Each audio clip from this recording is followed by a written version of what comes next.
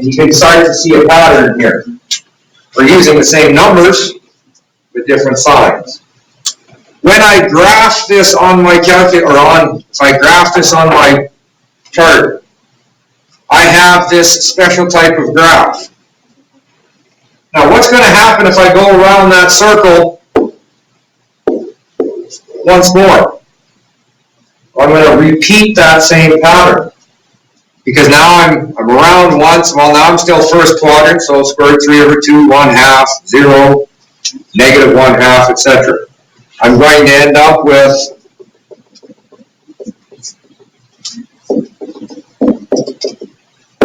a pattern that's going to look like that. Iffy. Now if I go backwards, let's say I start here and I go backwards, what am I going to find? Well, I'm going to find that pattern continues. Okay. This shape has a name that we use, and it gets confusing because we call it a sinusoidal graph. Okay, and we think it's only to the sine graph. No, it's the cosine and the sine graph, hence the sine part of the name. Okay, so here we have this, and it's going to repeat this pattern forever. Now, on your graphing calculator, plug in sine x if you haven't already. For the range here, make sure your calculator is in radians, because my domain of my calculator is in radians.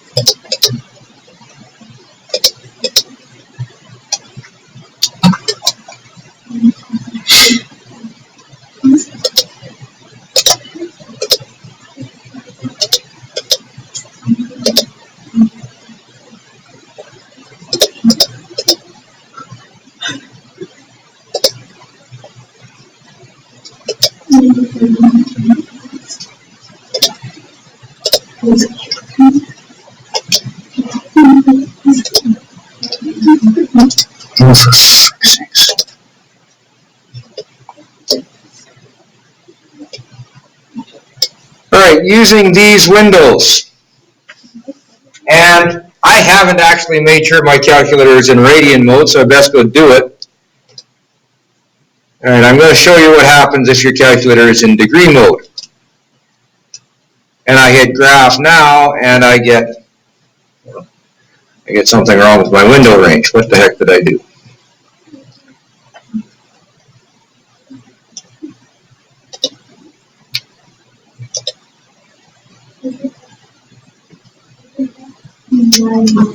Wait a minute.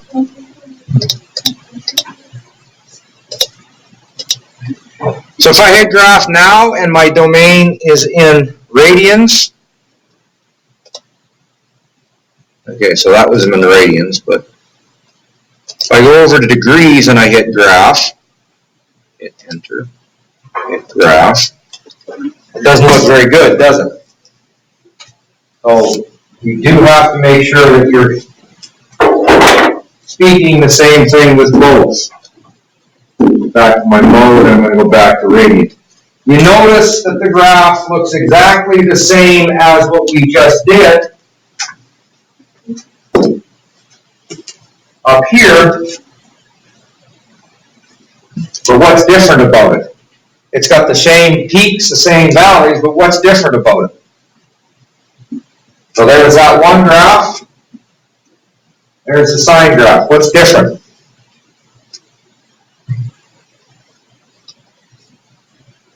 Yeah.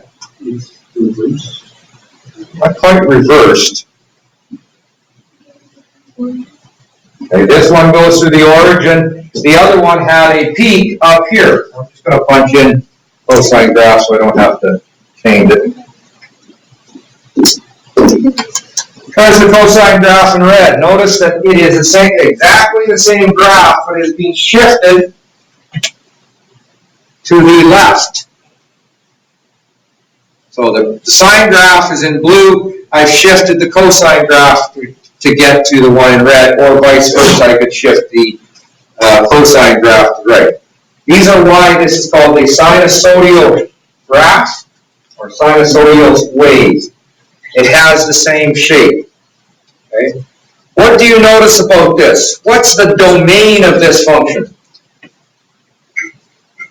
With any values of x do you think that we're not going to get? Okay? I can keep going around that circle forever.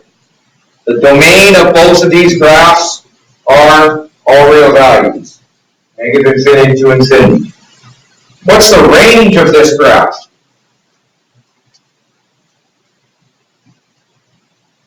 Yes? The range is -1 to +1. That's my range. Both graphs have the same range. Okay? We notice that the x-intercepts are different. The x-intercepts of my sine graph are 0, 0, pi, 2 pi, 3 pi, 4 pi, 5 pi, etc. My cosine graph are pi over 2, 3 pi over 2, 5 pi over 2, 7 pi over 2, and I could probably get an equation to describe those. But generally, again, they're just shifted from one is just shifted to get to the other one. So how does it compare? Same shape.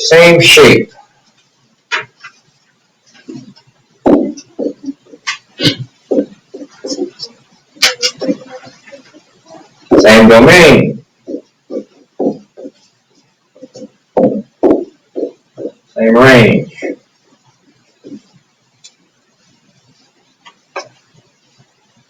Contrast. Well, in terms of what we have a different y and x intercepts.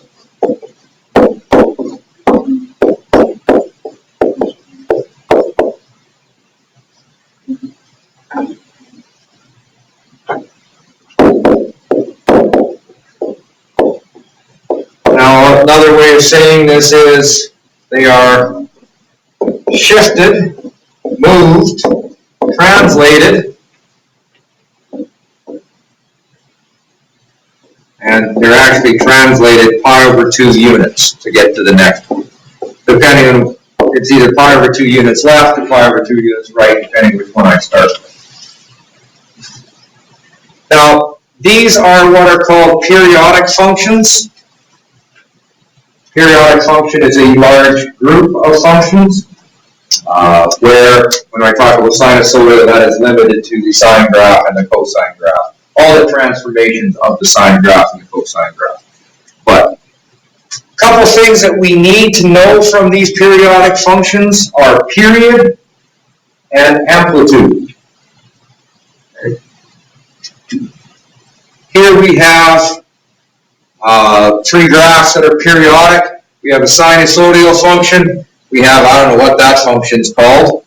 And we have another weird function down here, kind of almost a stepwise function. We know a couple definitions here. Domain, range. Domain is all real values. Range is the possible y values, possible output values. For this graph, because it looks like it ends there and starts there, my domain is 0 to 16 inclusive.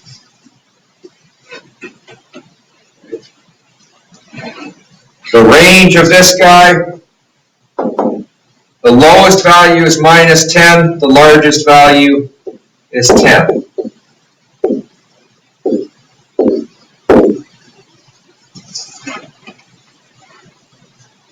This should not be anything new. For this sinusoidal graph,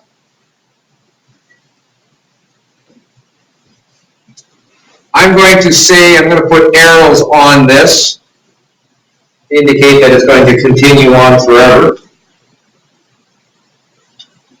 So my domain, negative infinity to infinity. If I didn't add the arrows, we could have endpoint to it. And then the range for this function, lowest is -2, greatest is 6.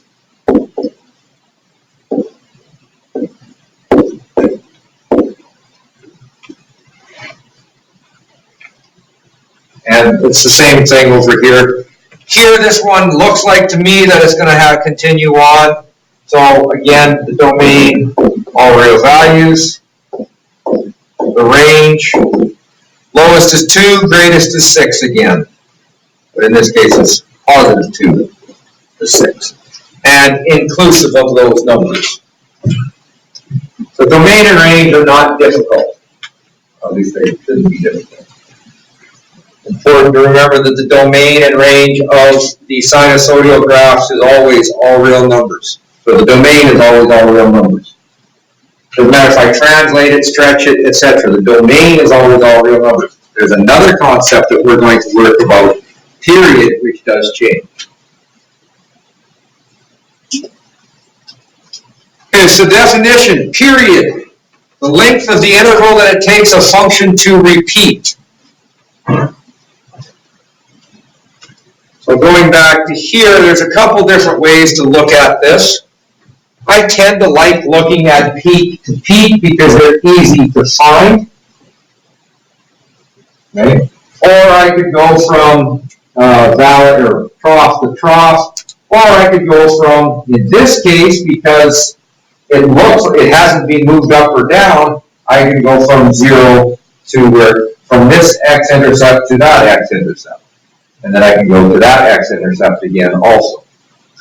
So the period of this function is, and if I go any further, it's going to repeat itself.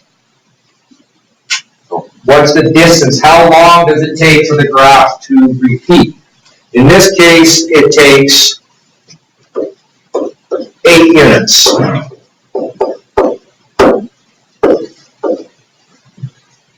Again, with B, I can't use the x-intercepts in this case because this isn't a repetition.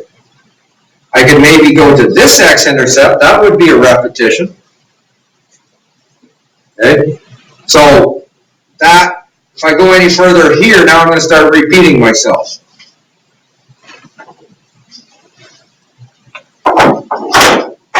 I could go from here to here. That's one period that I've traced out. The length of that period is 9 minus 3, so 6 units. You can see the same thing if I start here going to there. That would be 7 minus 1. So there are multiple ways to trace a period, multiple ways to find a period.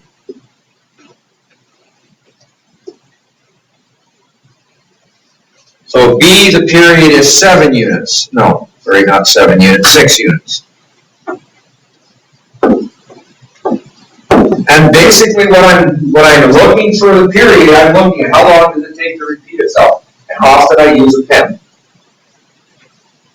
And then finally, for this guy down here, if I go from here, up, over, down, and if I go any further, I start to repeat myself. So my period is the distance between the end of that trace and the start of that. So we have a 10-unit period.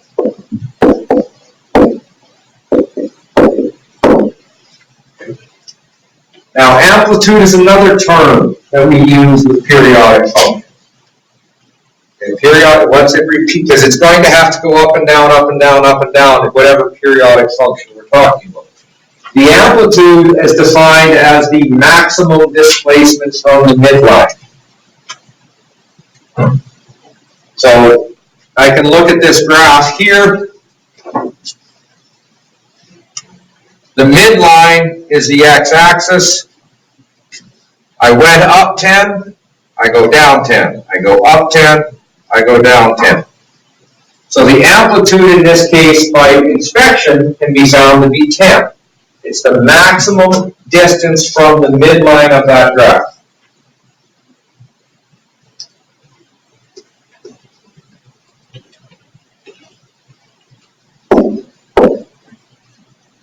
Now,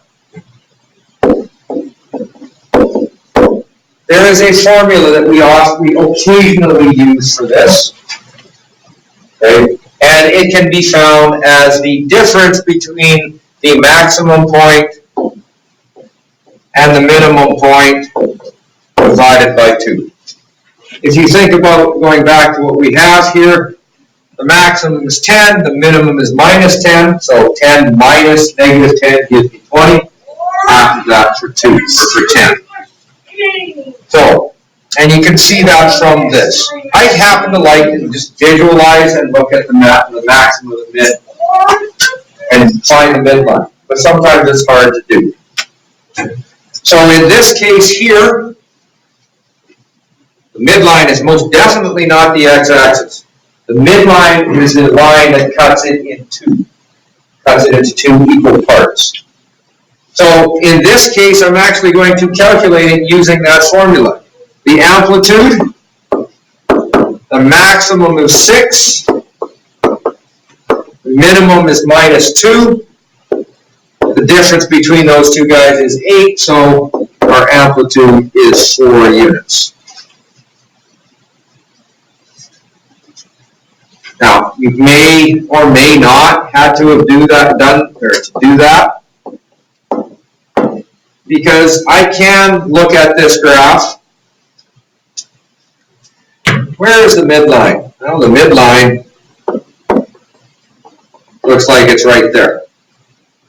I've got 4 units above, I've got 4 units below. If I had drawn a midline in a different spot, yeah, that one's definitely not the midline. You obviously can see that there are differences from how much is above and how much is below. So, if you can find the midline, go ahead and draw it, and then you can just visually inspect it to find the amplitude. That's 4 units, that's 4 units. This equation comes in handy sometimes it's a pain in the butt. This guy here, now I can see the midline. There's 4 units between the maximum and the minimum. The midline is going to fall right between them, and the amplitude is 2 units.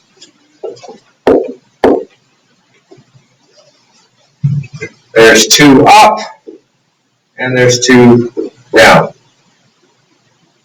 So the amplitude again is defined as half the distance from between the maximum and the minimum, or the maximum displacement from the midline. And we already determined the amplitude of everything. Okay? So if we talk about our sinusoidal functions, which are here, can you tell me what the amplitude of these sinusoidal functions are? Well, I go up, I go up 1, or I go down 1. So the amplitude of this function is 1. So the amplitude of the cos x function is 1, as is the amplitude of the sin x function. If we go back to, well, let's go down and talk about the range. The range of both of these guys, and I am going back and forth between the 2 styles.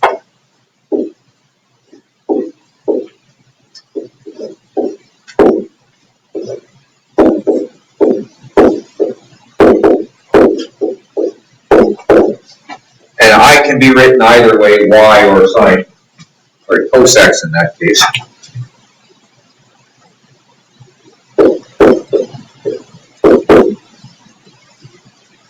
So the range in both of those guys is from -1 to 1.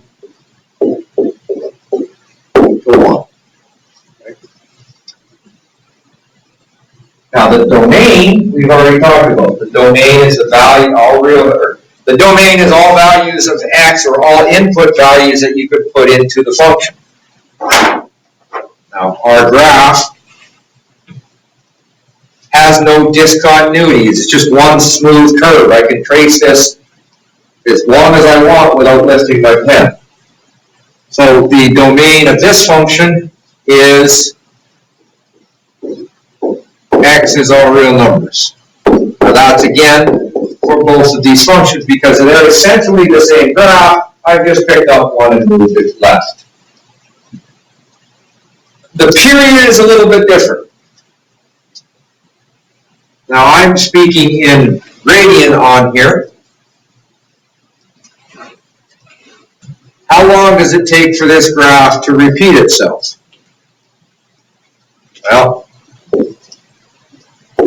because of the way I have my window set up, it takes 2 pi units to repeat itself. It's easy to see where we just start there and, start here and end here. Or I could start here and end there for my other one. So the period of the cosine and sine functions are 2 pi units. If I'm speaking in radians, if we happen to be speaking in degrees, 360. Again, that's one full rotation. I start with cosine positive, cosine becomes negative, stays negative, comes back to positive, now it starts to repeat itself. Sine is positive, stays positive, comes back to negative, negative, starts to repeat itself. One full rotation around the circle is the period of a untransformed sine function.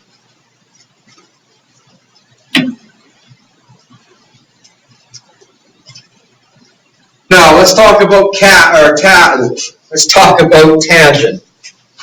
Okay, so we are talking about tangent, so we're going to have to get our special triangles out again, and this, and the idea that tangent x is equal to sine x over cos x. Again, I'll prove that to you later on. So at this point here, cosine is 0, 1, sine is 0. So tangent is 0 over 1. We have 0. Tangent is opposite over adjacent. So this becomes 1 over square root of 3. Pi over 3, it's opposite over adjacent again, so that becomes square root 3 over 1. Now, pi over 2, it's undefined, because we would have this point up here is 0, 1. Sine is 1, cosine is 0, that's undefined. There's no value for that. And we keep repeating the pattern. Tangent in the second quadrant is negative. Reference angle is pi over 3, negative square root 3. Negative 1 over square root 3. 0. Tangent down here is now positive. So again we have our positive 1 over square root 3. Negative. Sorry, not negative. Positive square root 3. We're down here. We have 0, negative 1. So negative 1 divided by 0 is still undefined. Tangent in the fourth quadrant is negative. And back 2 pi is equal to 0. Okay.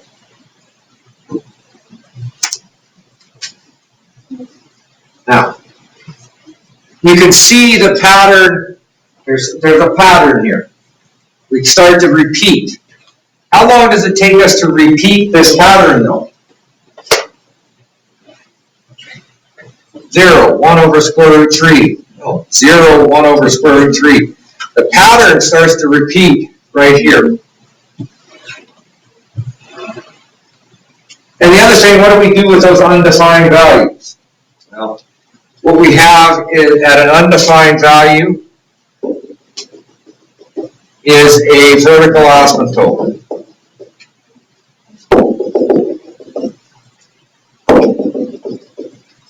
Okay, vertical asymptote is a vertical line that the graph gets closer and closer to but does not touch. And I'm just going to sketch this. We have our zeros here, here, and here, and we can continue that pattern on. Every pi unit you have a 0.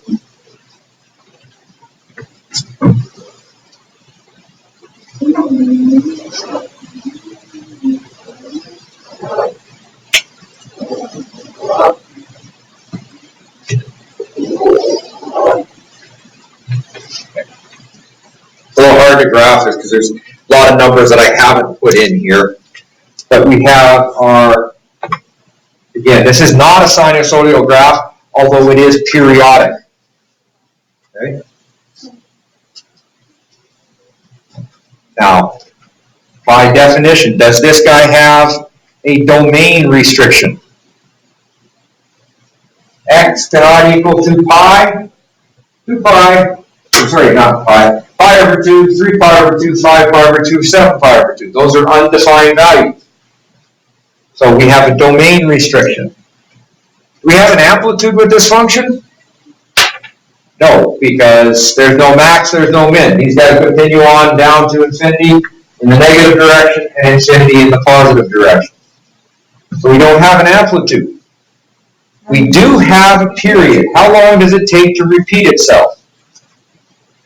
0 here goes up and comes back down here.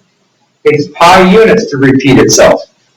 You also see that by the distance between the two vertical asymptotes. But you have a period of only pi units. Why is tangent different than sine and cosine? Why does it have a pi unit repetition where the other guy was 2 pi?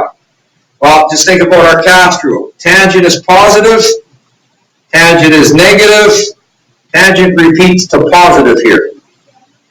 It only takes 1/2 rotation to get back to a positive value starting off.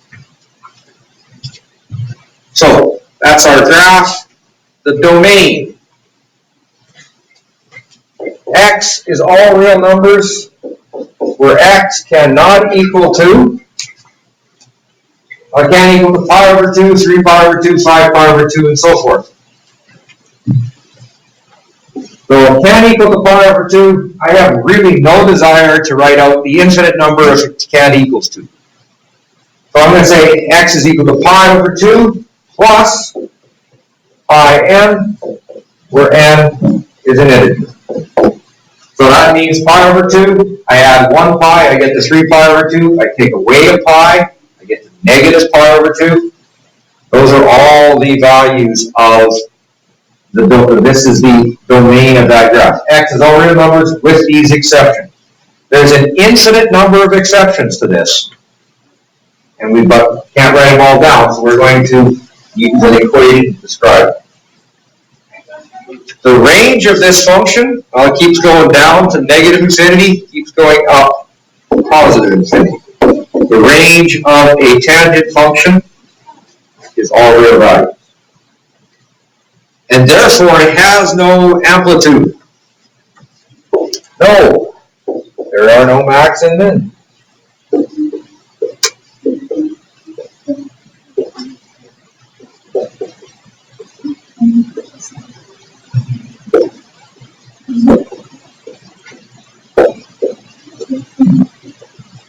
Okay, so what you need was to have amplitude is you need to have that repetition that keeps going up and then down, up and down.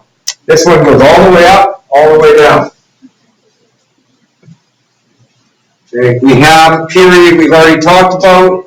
The period is pi units. Now, we need these three graphs because we're going to be applying transformations to them as we go through.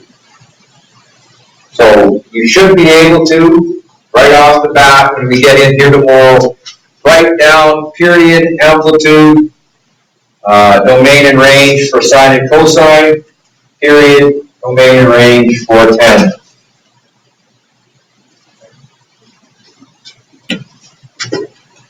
We will be repeating these ones all the time.